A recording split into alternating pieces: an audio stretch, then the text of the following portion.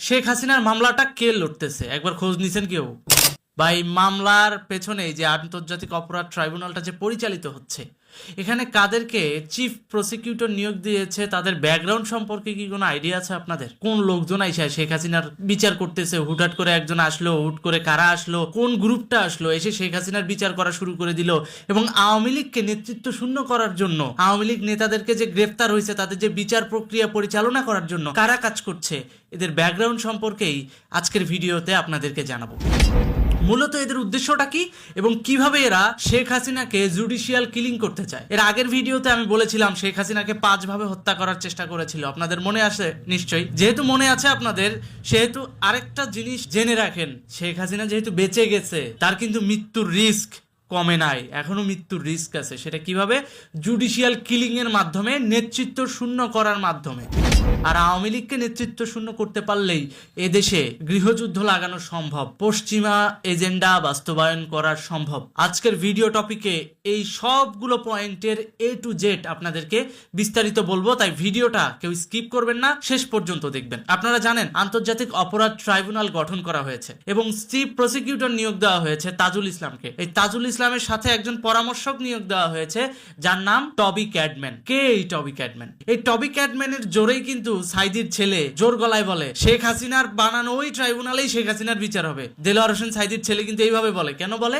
কারণ এই টবি ক্যাডম্যান তার শক্তির উৎস। এখন আসেন, এই টবি ক্যাডম্যানটা কে? এই টবি ক্যাডম্যান একজন সাম্রাজ্যবাদের দালাল। সোজা কথা, একটা সময় সাম্রাজ্যবাদ ছড়াইতো কিসের মাধ্যমে? ব্যবসার মাধ্যমে। ইস্ট ইন্ডিয়া কোম্পানি এখানে কি করতো? ব্যবসা করতো। প্রোডাক্ট ওরিয়েন্টেড বিজনেসের মাধ্যমে সাম্রাজ্যবাদটা এখানে বাস্তবায়ন করেছিল 200 বছর। তাহলে এখন বাংলাদেশে যদি পুনরায় সাম্রাজ্যবাদ বা পুনরায় পশ্চিমা কলোনি যদি বাংলাদেশকে বানাতে হয়, তাহলে কি করতে হবে? প্রথমে বাংলাদেশের স্বাধীনতাপন্থী লিডারদেরকে খতম করতে হবে। আর এটার জন্য কি দরকার? -2 ফর্মুলা। আর এই -2 ফর্মুলাকে ইউজ করে পশ্চিমারা দীর্ঘদিন ধরে বাংলাদেশে কাজ করে যাচ্ছে। তারই একটা অংশ হচ্ছে এই আন্তর্জাতিক অপরাধ ট্রাইব্যুনালের এই চিফ প্রসিকিউটরের পরামর্শক নিয়োগ দেওয়ার পদ্ধতি। এই যে টবি ক্যাডম্যান, তার একটা ক্যারেক্টার মাত্র। এই যে টবি ক্যাডম্যান, এই ব্যক্তিটা সাম্রাজ্যবাদের দালাল, এতটাই জঘন্য দালাল যে যে কয়টা দেশে গেছে প্রত্যেকটা দেশেই গৃহযুদ্ধ লাগছে এবং ওই দেশের দেশপ্রেম শাসকরা আত্মাহুতি বরণ করছে, অর্থাৎ মারা গেছে, তাদেরকে মেরে ফেলা হয়েছে। প্রথম গেল ইরাকে। ইরাকের কি অবস্থা বুঝতেই তো পারলেন। তো একটা পর্যায়ে উনি ওখানে বিতর্কিত হয়ে উনি কিন্তু পরবর্তীতে ইরাকে বেশি দিন সুবিধা করতে পারে নাই, চলে গেছে। পরবর্তীতে ইরাকের প্রেসিডেন্ট সাদ্দাম হোসেনকে জুডিশিয়াল কিলিং এর মাধ্যমে হত্যা করেছে কিন্তু এই পশ্চিমা গোষ্ঠী, সেটা তো আপনারা সবাই জানেন। তারপর এই টবি ক্যাডম্যান গেল সিরিয়ায়। সেখানে গৃহযুদ্ধের এখন কি অবস্থা এটা তো আপনারা জানেনই। এখনো পর্যন্ত সেই গৃহযুদ্ধ চলতেছে। বিচারের নামে এখনো ওই দেশের শাসকরা জেল খাটতেছে। ওই পশ্চিমা একটা পুতুল বসায় রাখা হয়েছে সরকার হিসাবে। সিরিয়ার অবস্থা তো দেখতেই পাচ্ছেন। এরপরে এই টবি ক্যাডম্যান মামলা লড়লো মায়ানমারে। আজকে রোহিঙ্গাদের কি অবস্থা দেখতেই পাচ্ছেন। আমাদের দেশে আইসা গেস্ট হিসাবে আশ্রয় নিয়ে আছে, কারণ ওদের দেশের সেনাবাহিনী ওদের দেশের নাগরিককেই পেটাচ্ছে, শুধুমাত্র এই টবি ক্যাডম্যানের আইনি সাম্রাজ্যবাদের কূটনৈতিক অপচেষ্টার কারণে। সেই টবি ক্যাডম্যান এখন বাংলাদেশের চিফ প্রসিকিউটরের পরামর্শক। তাহলে বুঝেন বাংলাদেশের অবস্থা কি হবে। আর এই পরামর্শকের পরামর্শ নিয়ে যখন আমার দেশের আওয়ামী লীগের সিনিয়র নেতাদের বিচার করা হয় আন্তর্জাতিক অপরাধ ট্রাইব্যুনালে, সেই বিচার যে কতটা স্বচ্ছ হবে সেটা বোঝাই যায়। সো এই বিষয়গুলো আপনাদের 1 by 1 বুঝতে হবে। সুতরাং এটা মাথায় রাখেন, এই মুহূর্তে আন্তর্জাতিক অপরাধ ট্রাইব্যুনালে শাহজাহান খান, জুনায়েদ আহমেদ পলক, তারপর আওয়ামী লীগের যে সিনিয়র নেতা যারা রয়েছে তাদেরকে যেভাবে ট্রায়াল দেওয়া হচ্ছে, যেভাবে শুনানি করা হচ্ছে, এই শুনানির মাধ্যমে দিন শেষে কিন্তু এই মানুষগুলোকে মাইনাস করারই একটা চক্রান্ত চলতেছে। এই বিচার প্রক্রিয়ার মাধ্যমে দিন শেষে আওয়ামী লীগকে নেতৃত্ব শূন্য করার পায়তারা চলতেছে। আর এই ট্রাইব্যুনালেই শেখ হাসিনার বিচার হবে। কে করবে? চিফ প্রসিকিউটর রাষ্ট্রের পক্ষ থেকে শুনানি করবে। তাকে পরামর্শ দেবে কে? ওই টবি ক্যাডম্যান। আর এই যে টবি ক্যাডম্যান নামক এই ব্যক্তিটা যে দেশে গেছে, সেই দেশ যে ভালো নাই এটার ব্যাপারে তো আর আপনাদের নতুন করে এক্সাম্পল দেওয়ার কিছু নাই। আপনারা মিয়ানমারের দিকে তাকান, আপনারা সিরিয়ার দিকে তাকান, আপনারা তাকান ইরাকের দিকে, আপনারা তাকান বিশ্বের অন্যান্য দেশ সেগুলোর দিকে। সৌদিতে, হ্যাঁ, সব থেকে মূল পয়েন্ট, সৌদির এখন অবক্ষয় দেখেন না? সৌদিতে এখন যতটা অবক্ষয় সৃষ্টি হয়েছে সব কিন্তু এই টবি ক্যাডম্যানের বদৌলতে। একটা সময় সৌদির নিজস্ব কালচার অনুযায়ী নারীদেরকে ট্রিট করা হতো, আর এখন এই টবি ক্যাডম্যান যাওয়ার পরে সৌদির নারীরা কতটা উচ্ছৃঙ্খল হয়েছে, শুধুমাত্র আইনি বাধা নিষেধের কারণে সৌদির নারীরা কিন্তু এখন রীতিমতো তাদের কালচার থেকে সরে এসেছে। সৌদিতে আগে ওদের যে নিজস্ব একটা কালচার ছিল সেটা কিন্তু নষ্ট হয়ে গেছে এই টবি ক্যাডম্যানের কারণে। আর সেই টবি ক্যাডম্যান যখন বাংলাদেশের আন্তর্জাতিক অপরাধ ট্রাইব্যুনালের চিফ প্রসিকিউটরের পরামর্শক হিসেবে নিয়োগ পায়, তখন আমাকে বলতে বাধ্যই হতে হয় যে বাংলাদেশের বিচার বিভাগে সার্কাসিজম চলতেছে। আরেকটা বিষয় আপনাদেরকে বলতে চাই, সেটা হচ্ছে আপনারা দেখেছেন কিছুদিন আগে ডক্টর ইউনূস জাতির উদ্দেশ্যে ভাষণ দিয়েছেন। তো তিনি যখন ভাষণ দিয়েছেন তিনি কিন্তু শুরুতেই একটা কথা বলেছেন যে যতদিন পর্যন্ত এই জুলাই গণহত্যার বিচার না হবে আমি কিন্তু ক্ষমতা থেকে যাব না বা আমরা ক্ষমতা ছাড়বো না। তাহলে এই যে উনি যতদিন পর্যন্ত এই বিচার কার্য পরিচালিত হবে ততদিন পর্যন্ত উনি ক্ষমতায় থাকবেন, তাহলে একবার ভাবেন এই আন্তর্জাতিক অপরাধ ট্রাইব্যুনালের বিচার সম্পন্ন হতে কিন্তু 2-3 বছর লাগা যায়। কারণ একটা কেস বা মামলার বিচার প্রক্রিয়া কিন্তু এত তাড়াতাড়ি সমাপ্ত হয় না। ফলে কি হচ্ছে, এই জুলাই গণ অভ্যুত্থানের মেইন যে পশ্চিমা তার হাতেই দিয়ে দিয়েছেন এই জুলাই গণহত্যার বিচারের দায়িত্ব। তাহলে এই ব্যক্তি নিজের এজেন্ডা বাস্তবায়ন না হওয়া পর্যন্ত ক্ষমতায় থাকবে, এটাই তো স্বাভাবিক।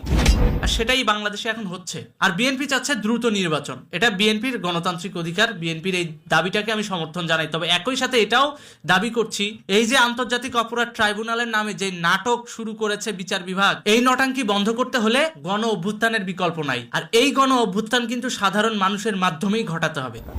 যাকে তাকে দিয়ে শেখ হাসিনাকে বিচার করাবেন, দোষ নাই কিছু নাই, লটকায় দিবেন ফাঁসিতে সাদ্দামের মতো, আর আমার দেশ হবে নেতৃত্ব শূন্য, আওয়ামী লীগ হবে নেতৃত্ব শূন্য। দিন শেষে কি হবে? পশ্চিমা সাম্রাজ্যবাদ বাংলাদেশে প্রতিষ্ঠিত হবে, তাই তো? পশ্চিমা সাম্রাজ্যবাদের যে আইনি এজেন্ট টবি ক্যাডম্যান, একে অতি দ্রুত বাংলাদেশ থেকে অপসারণ করতে হবে, এটা হচ্ছে প্রথমত দায়িত্ব।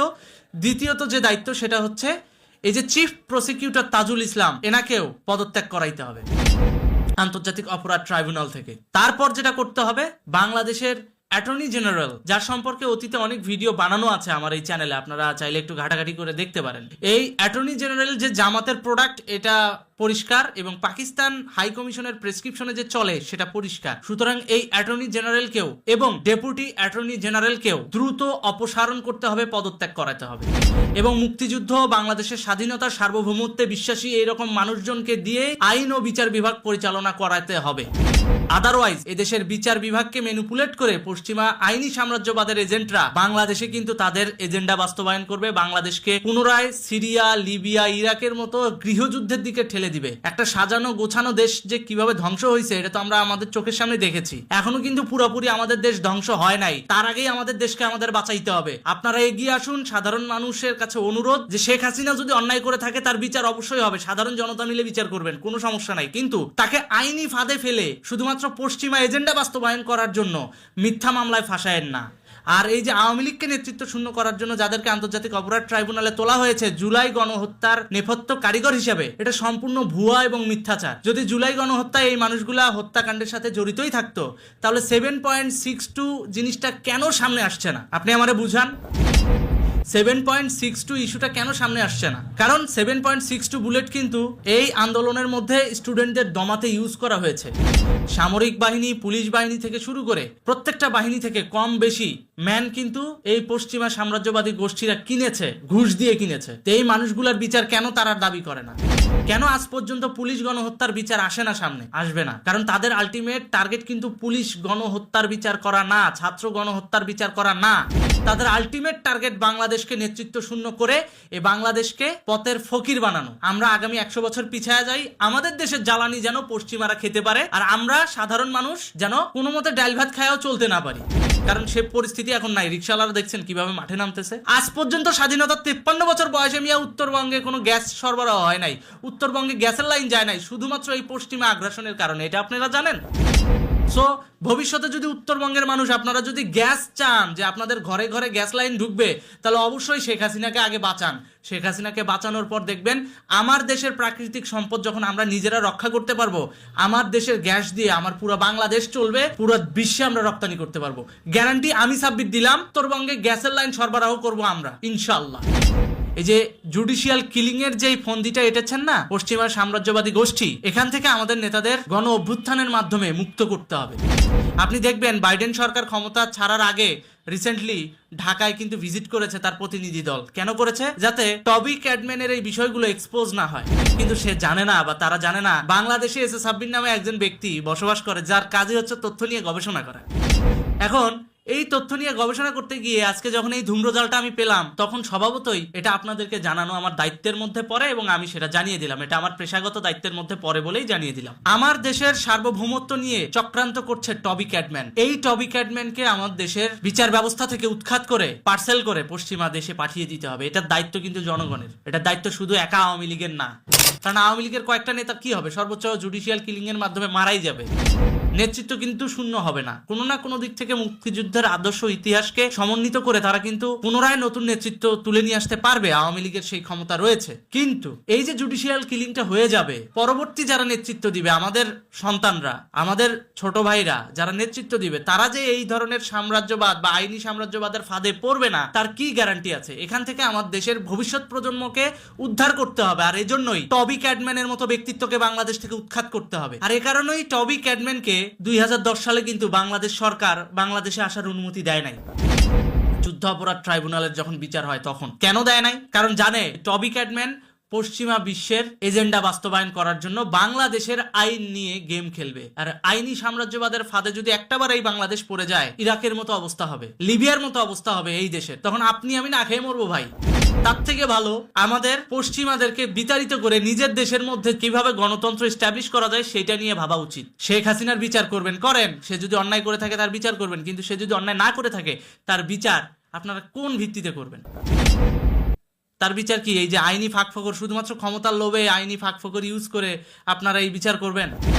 শুধুমাত্র ক্ষমতার লোভে আইনি ফাঁকফোকর ইউজ করে পশ্চিমাদেরকে সহযোগিতা করে আজকে যখন আপনি শেখ হাসিনার বিরুদ্ধে বিচার প্রক্রিয়া শুরু করবেন, কালকে এই বিচার প্রক্রিয়ায় কিন্তু আপনি নিজেও পড়বেন। পরের জন্য গর্ত খুললে সেই গর্তে নিজেকেই পড়তে হয়। ইউনূস সরকার বলছিল কি যে বাংলাদেশে পর্যাপ্ত প্রসিকিউটর নিয়োগ দেওয়া আছে জুলাই গণ অভ্যুত্থানের বিচারের জন্য। সেই প্রসিকিউটরদের একটু ব্যাকগ্রাউন্ড যাচাই করবো না? চলেন করে আসি। যে যে প্রসিকিউটর নিয়োগ দিছে না, যারা যারা দায়িত্ব পালন করতেছেন পাবলিক প্রসিকিউটর, খেয়াল করে দেখবেন এই প্রত্যেকটা পাবলিক প্রসিকিউটরের বিরুদ্ধে কিন্তু কোথাও না কোথাও মামলা আছে, রাষ্ট্রীয়ত্ব মামলা। যে একজন প্রসিকিউটরের কাজটা কি? প্রসিকিউটরের কাজ হচ্ছে যে রাষ্ট্রের পক্ষে যত মামলা হবে সেই মামলায় এনিহাও রাষ্ট্রকে জিতাইতে হবে। এখন রাষ্ট্রের পক্ষ থেকে ওই প্রসিকিউটরের উপর আগের যে মামলাগুলো আছে সেটা যদি এখন সে রাষ্ট্রের পক্ষ থেকে লড়তে যায়, তাহলে তো তার নিজেকে দোষী প্রমাণ করতে হবে। এই প্রসিকিউটর কি সে নিজেকে নিজে দোষী প্রমাণ করতে সক্ষম? সেই হ্যাডম তারা রাখে না তো। কারণ কে ভাই নিজের দোষী প্রমাণ করে কে জেল খাটতে যাবে? প্রসিকিউটররা কিন্তু তখন স্বভাবতই ওই মামলাগুলোকে ইগনোর করবে। দিন শেষে ক্ষতি হবে কার? দেশের সরকারের এই মামলাগুলো ঝুলে থাকবে, মানে রাষ্ট্রের এই মামলাগুলো ঝুলে থাকবে। তাহলে রাষ্ট্রের এই মামলাগুলো ঝুলে থাকবে, আর যে আসামি তাকেই প্রসিকিউটর বানায় দিয়ে সেই মামলার দায়িত্ব দিয়ে দিচ্ছেন। তো এগুলো কি সার্কাস না? এগুলো তো পুরোপুরি একটা দেশের জন্য সার্কাসিজম। তো বিচার বিভাগের এই সার্কাস কিন্তু বন্ধ হওয়া উচিত। ধন্যবাদ।